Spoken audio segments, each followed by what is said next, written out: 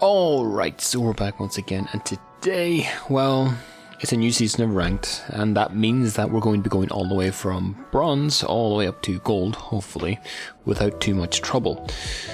And with every new season of Ranked, it's going to take a little bit of patience, and you're going to bump into players that, let's say, if you met them in real life, there'd be a bit of a problem.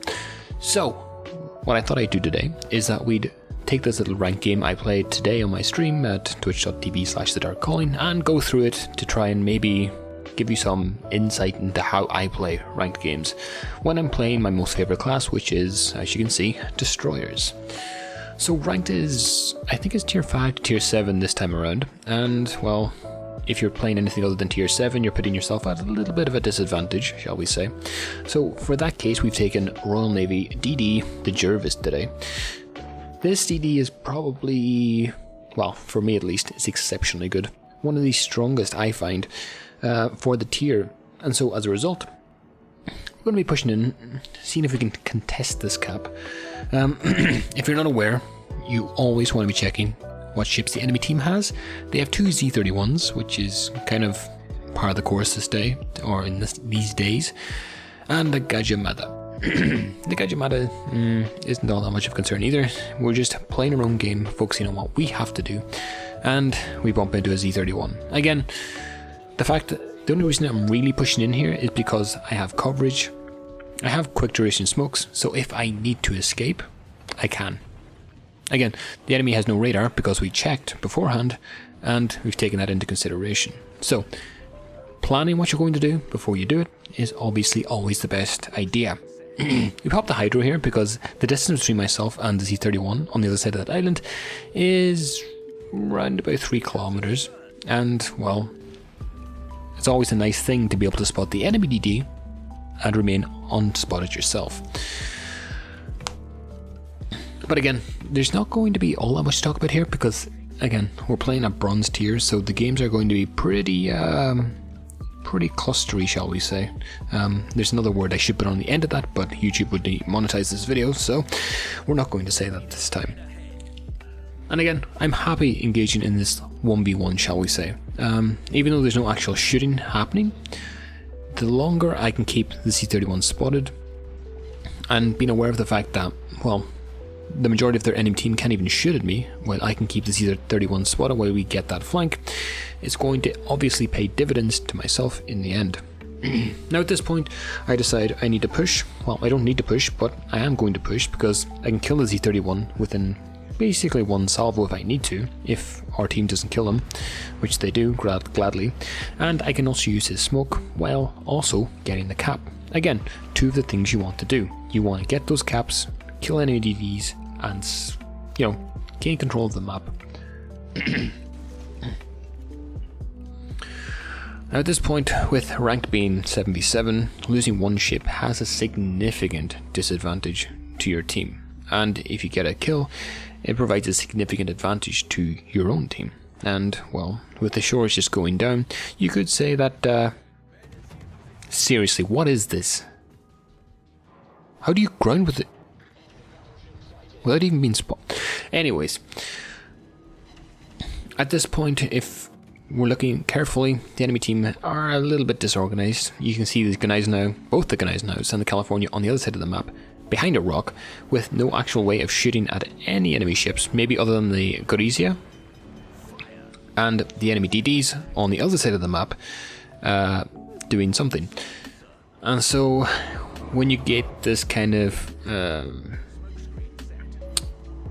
divergence of 2 classes that ideally need to kind of stick together and, you know, have a common goal in mind, it's only going to end in one way.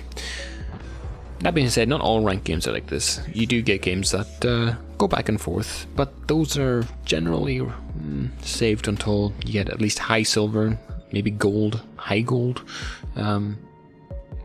and generally early in the season, because most, let's say, above average players tend to process or go up the ranks relatively quickly, and as a result you're going to be left with not so good players at tiers like bronze and even low silver, whereas the good players go up and compete against each other in tiers like gold and silver.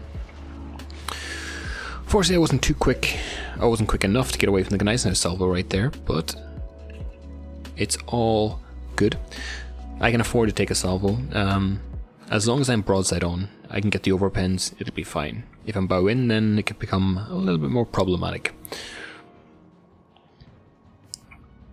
But that being said, tier 7 is...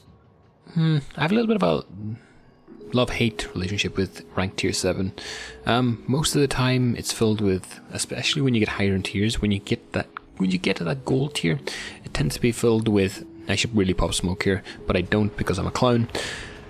But when you get up to those higher tiers, it's usually filled with ships like the Atlanta. You got your Synops, you're going to get your Belfast too, you're going to get all these DDs.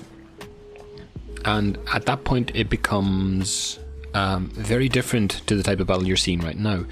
It's going to become very radar focused. You're going to get a hell of a lot of radars.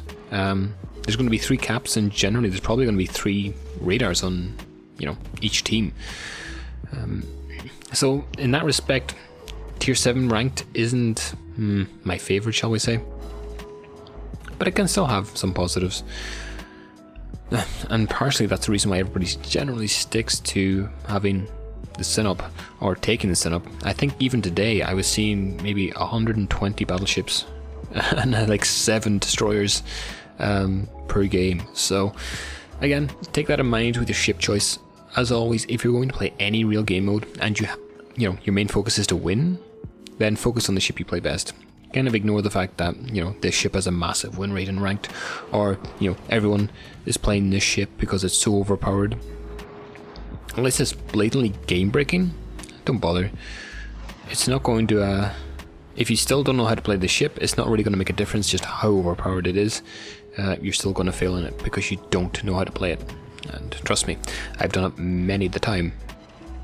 That being said, not much more to say about this. We get control of all 3 caps.